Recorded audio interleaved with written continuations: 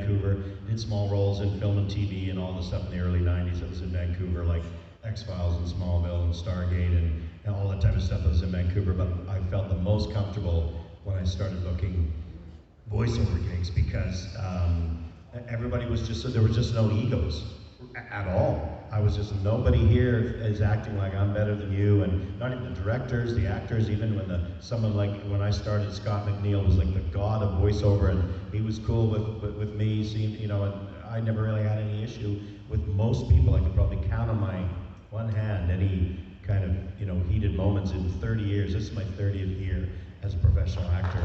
I love it. Really good people, everyone in there.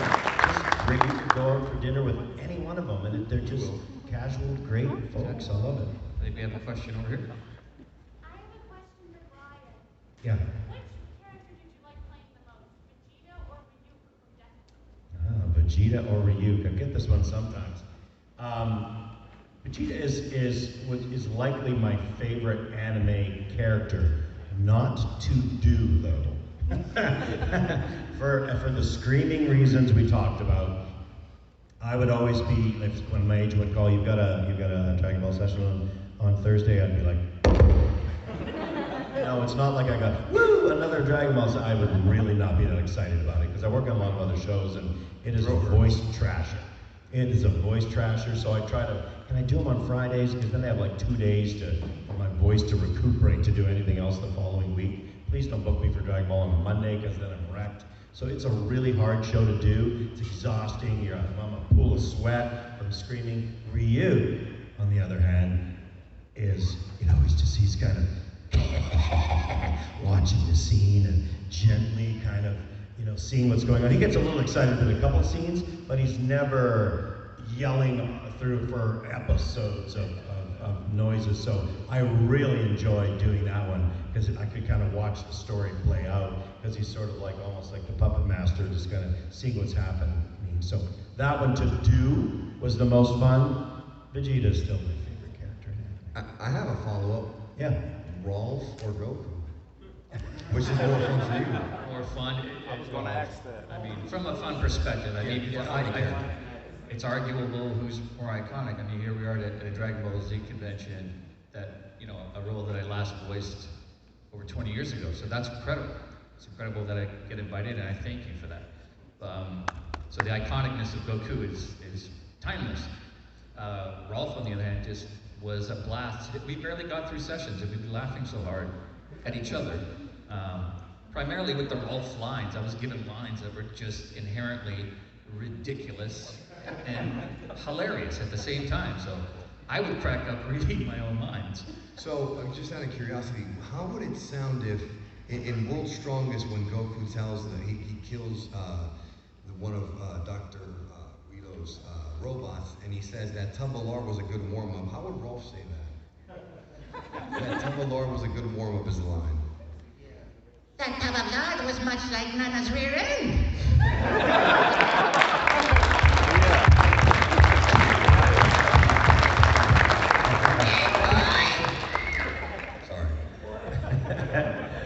Let's go to another question. We best grab some from the back. In the white shirt, maybe. So, how does it feel knowing that, like, after 20 years you're not voicing Dragon Ball? So you guys got asked back to the first convention, and now second, and now third. To be like, really? They still want us to come back?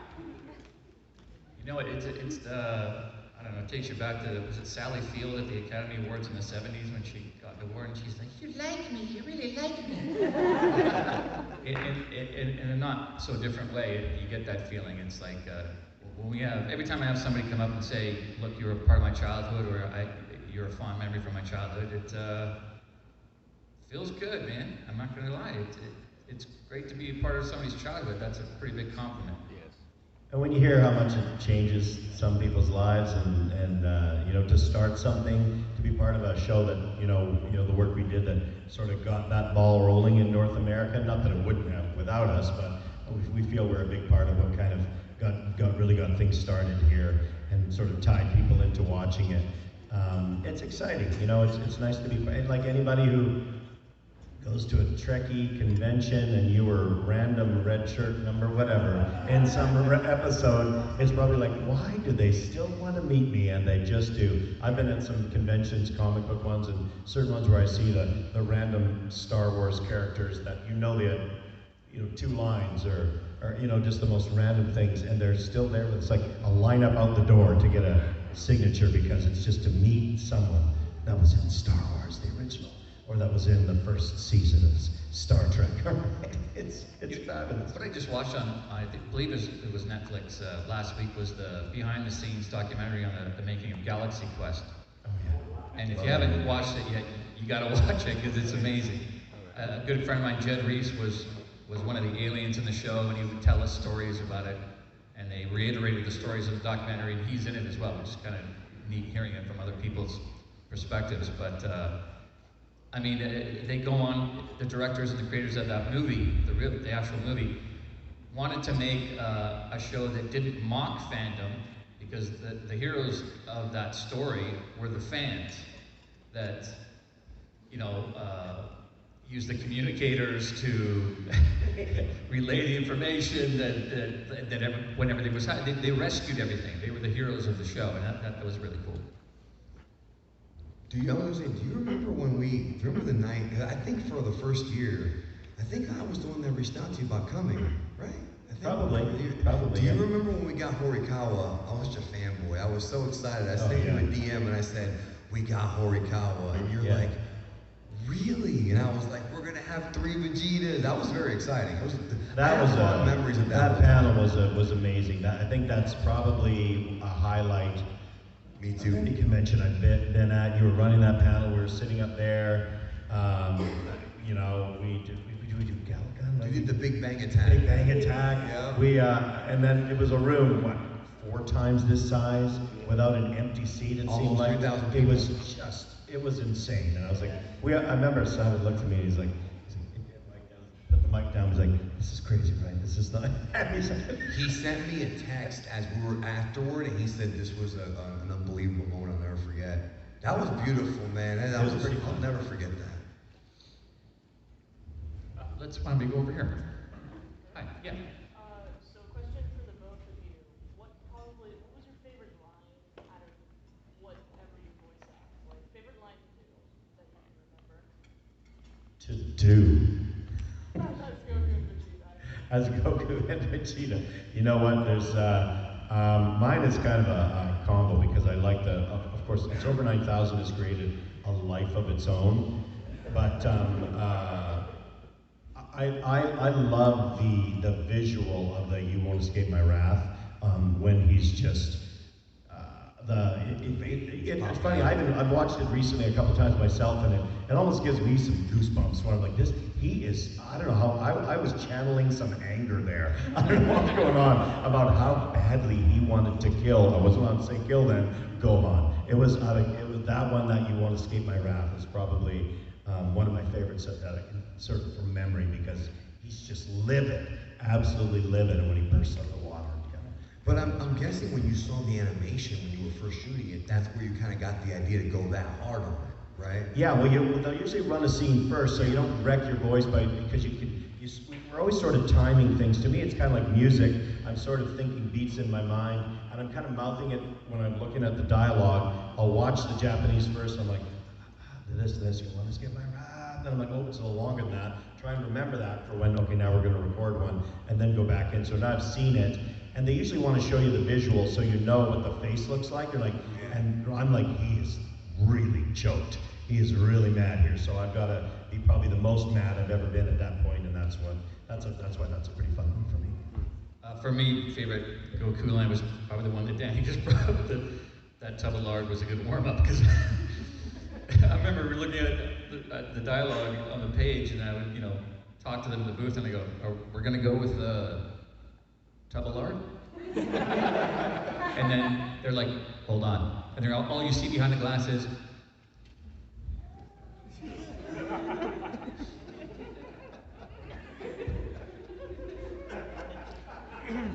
yeah, we're going to go with tub of lard. Let's do it. lend that same question to Rolf. There's sites dedicated to Rolf quotes. There's like rolfquotes.com, I think. And I'm not So kidding. many And I visit them and I laugh all over again. One of the ones that destroyed me, and it still does to this day, was Do not burn the candle at both ends, as it leads to the life of a hairdresser. I still don't know what it means. But I love the line. Those Cartoon Network writers were all in one back then. They're great. Yeah, They were all in one. they had it. All those shows were great. Where should we go here? Let's. There. Okay, go for it.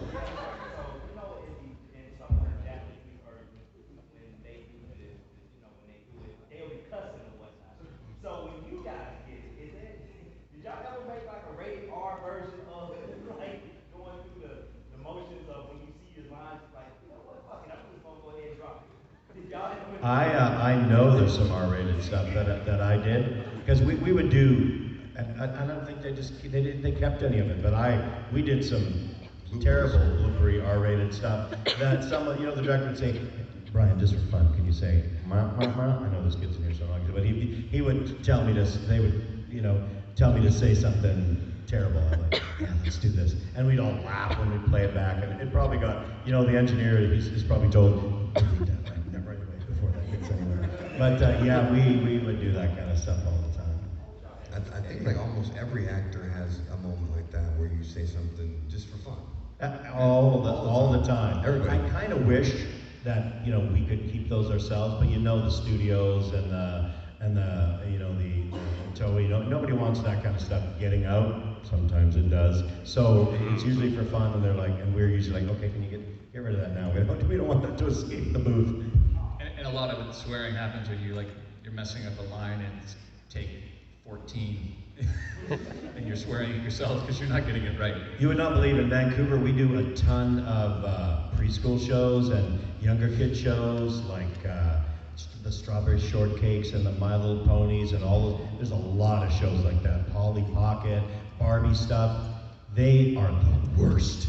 Like when you get in those rooms, I think because you're doing such saccharine, sweet stuff, and you got a bunch of adults that are just ready at a certain point. It's like entropy. It just goes downhill, and people started swearing and saying the most crazy stuff. Usually in those sessions, it's always preschool sessions. Never recorded, but behind the scenes, it is dirty. I would love to hear that. Questions? How about Goku right over there? What a good choice, right? Okay, so Goku and Vegeta have been everyone's heroes since we were kids. Who are some of your heroes when you were younger? Wow, that's a good question. He-Man. For me, I started out my career in doing stand-up comedy.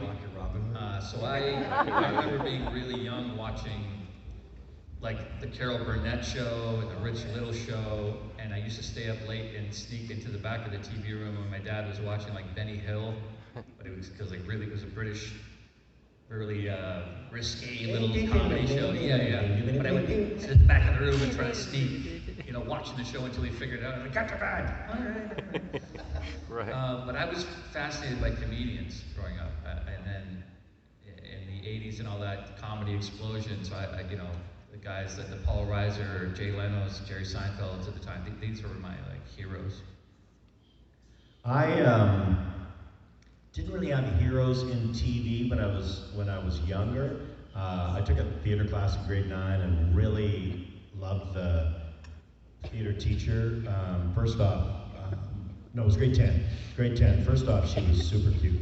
That was part of the thing. That was the first time I ever had a cute teacher. I was like, wow, she is amazing. I want to be an actor. So that sort of started my interest in theater. And then shortly after that, I saw a movie in a theater. We only had one theater in the small town that I grew up in. I grew up on a thoroughbred racehorse ranch. It's so funny, I've probably been around horses than most of the people here in Texas, but I grew up on a thoroughbred racehorse ranch in the interior of British Columbia, the province that I'm from.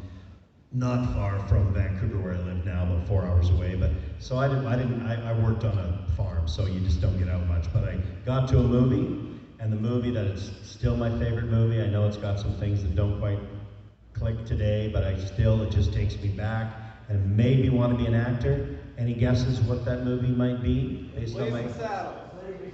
No. That's a good guess. That's a good guess. Not connected to the horse aspect at all. Let's see. I graduated in 1987, and it came out before then. Graduated high school. Back to the Future? There it is. Back to the Future. I saw Back to the Future, and I saw this guy, and I was told this Michael J. Fox guy was from British Columbia. He was from where I'm from. He was this kid from not far where I live right now. I said, that kid is the guy that's the star of this movie, and it's such a big show, which I loved. And I thought, I could do that because he's like me, and he's someone from a place where like I'm from. So it kind of legitimized something. I thought maybe I could do that. So he was the first person and that movie that made me think I could act, and it led me down that path, was seeing that movie, Back to the Future. And one thing I got to throw in is, why I forget this, Peter Sellers was probably my favorite on-screen comedian, character person of all time. I remember seeing the movie The Party, Which is and it's amazing. You know, today it's probably be very politically incorrect, but at the time, the thing was, he would turn into a character and you wouldn't blink twice because he was so committed to it. But in The Party, it's, you know, it's a birdie num-num. To this day, I just die. So funny, and he would transform, and that's why I've always been fascinated with characters, whether it be voice characters or on-screen characters. Anytime I can play something completely different than myself, that's what I'm drawn to the most, because of performances like this. Good question, thank you. Yeah. Let's see, man, where can we do? Sure. Yeah, front with the black with those, I think that we're looking at? I don't know. You pick one. So Yeah. I remember the first year at Kamehacon, like Danny said, that it was VIP day that Friday, and there was not an empty seat. Maybe like 2 rows in the back were empty, but still. I asked the guy next, there was like 2 guys next to me. One was from out of country, one was from out of state. And I asked them, like, if this was anywhere else, would it have mattered? They said no, immediately. And that's a dedication that I like to see, and it's because of y'all. So, thank you. Thank you. Yeah. Thank you. We always try to make sure that we let you guys know that none of these conventions, none of this stuff happens. It's fans first, not us first. A lot of people think, well, it's because you guys these things happen. No, it's not. It's because of you guys that these events happen. These are fan run, that's how they started. I mean, they become sort of businesses after a while, but they always start with the seeds of a fan wanting to put together an event for people. Sometimes it might just be, hey, we have an anime club. There's 20 of us. Oh, now there's 100 of us. Let's put together an event. Maybe we can invite one voice actor to our anime club thing. 400 people show up, then it's 1,000, then it's bigger, and so it starts with the seeds of the work that you guys do, and we appreciate it because we love coming out and having these kind of conversations with everybody. So thank you, it's you guys. And absolutely, everyone involved in Kamehacon is a fan, legit. Like, they watch the show, we talk about it. It's not always about business, sometimes it's about, hey, did you see what happened last week? That's how it was. Yeah. It was super. Yeah. We got time for a few more. Let's see what we can squeeze in here. Who has? Yeah, in the front there. Knowing what you know about the characters now, if you could go back and like re-record, would you keep the voices the same as like the Ocean dub, or would you put a different spin on it now? Yeah, that's a great question. When you know things about characters, whether or not you'd go back and change things. I think I'd probably, because I was a really new voiceover performer. I had one series. It was a G.I. Joe series, which was my very first series before I got Vegeta and Drake. So that was the first dubbing anything. So I was really awkward at dubbing and trying to come up with how to do. And it's hard to be free to act when you're just trying to figure out the technical aspect of dubbing. It's really technical. Start on time when the beeps end on time. Try to pause when they pause so the lip flaps don't look terrible. So it's this technicality that takes you away from just being able to say the lines for that scene, which is what we can do in prelay, which is where we record before it's animated. Here's the line that I would say it a certain way. You can't do that. You can't say it the way you want to say it. You have to say it the way it fits. So that's really tricky, but I've got better at putting the proper acting notes into something and also making it fit over 30 years of doing it. So I think I'd just be better at that. I think my acting would be better if I went back and did it. I don't know if I'd change the voice. In fact, I don't think I probably would. It might have to be a little bit deeper because 25 years later, my voice is dropping in pitch a little bit, so he might sit a little bit lower, but I don't want to step on what Sabbath's doing, so I wouldn't go that low. I would probably adjust it a little bit. And in fact, if Kai ever does come out, the version that we did, I think you'll find it is more of a, Vegeta's more here as opposed to, really early Vegeta was, Kakarot, you fool! It was quite a bit higher up. It's a little bit lower than that in Kai. Yeah. But I would adjust that. I mean, for me, I took over for me and Corlett, so they kind of brought me in because me and Ian would audition against each other often for different roles, radio commercials, what have you. So they were kind of in the same range. So I don't think I would do anything different either because I was trying to emulate Ian, or they were directing me to emulate, I should say, Ian's performance, yet adjusting it with the Japanese, so they were trying to land me somewhere in between there. And we landed where we landed, but going back, I think they'd probably direct me into the same area, I think. Thanks. Thanks. Where should we go? How about way in the back with the ball cap? Is that a cap baseball? Yeah. All right, so I have a question for Peter. Yes. Now, if Rob was able to go karaoke, could you tell me how it would sound? If you would go... Red or. Like all the way to 20? All the way to 20? Victor, get ready.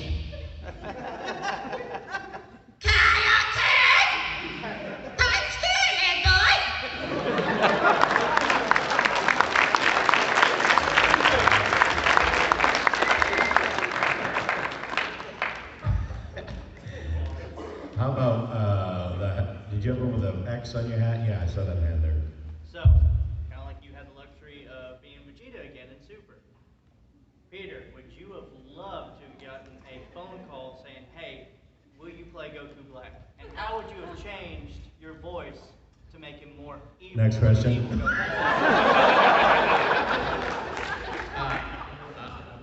Hearing your evil Goku. Wow. You'd have to come up with it right now. No, I would have loved to. I would have loved to. I would have said yes in a heartbeat. Wasn't given that opportunity, unfortunately. And like I said, I would have loved to. And it was also great to see Brian doing his thing. I think both of us coming back in the two different forms would have been awesome. Not just for us, I think for fans too. Right, The reaction to Brian was great. I'd love to see And I think the reaction to whether it was myself or Ian coming back would have been a great response as well. But I don't want to kill the momentum. I don't want to attempt it because I didn't get the opportunity to do it. So I mean, out of respect for the person who did do it, I don't want to sit here and try to portray that I could do it better or different. So I'll just leave it at that. No, you don't have to apologize. I understand. Let's see, we got time for a couple more. Okay, let's go in the blue and then, yeah, right there. Yeah. Okay, so quite a few times in North America we've had like additional anime booms. Like in the late 2000s, you had Naruto and Death Note, and then like mid 2010s, you had stuff like Attack on Titan and My Hero. Did you ever see your like jobs for like you getting more and more anime jobs like around those boom periods, or was the volume about the same? Not as much for us. Anime has changed a lot in Vancouver. Ocean Studios used to do a lot more Japanese anime than they currently do. They still do a lot of dubbing, but surprisingly, it's a lot of German and French shows. Like they do all the Asterix and Obelix movies. You've probably seen some of those on Netflix. Those are dubbed at Ocean Studios. I love those comics when I was a kid, but they don't do as much anime because things.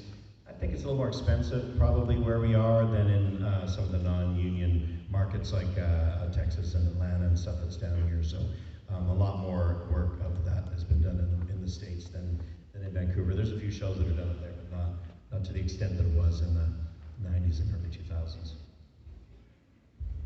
I think we have time for one more. We got time for one more question. One more. Let's see. The highest arm is probably going to win this one out. Okay. Oh, hey. Ooh. So many eyes. That dude back there jumped Let up. me, we'll go to the very, very back, so just to make sure we don't ignore the back of the room. This one's for Brian. Yeah. So, on Planet Potapu, when the Seeker of Water took over Vegeta's body and form, did that literally make him the original Vegeta again, since you were the original voice actor first? Yes.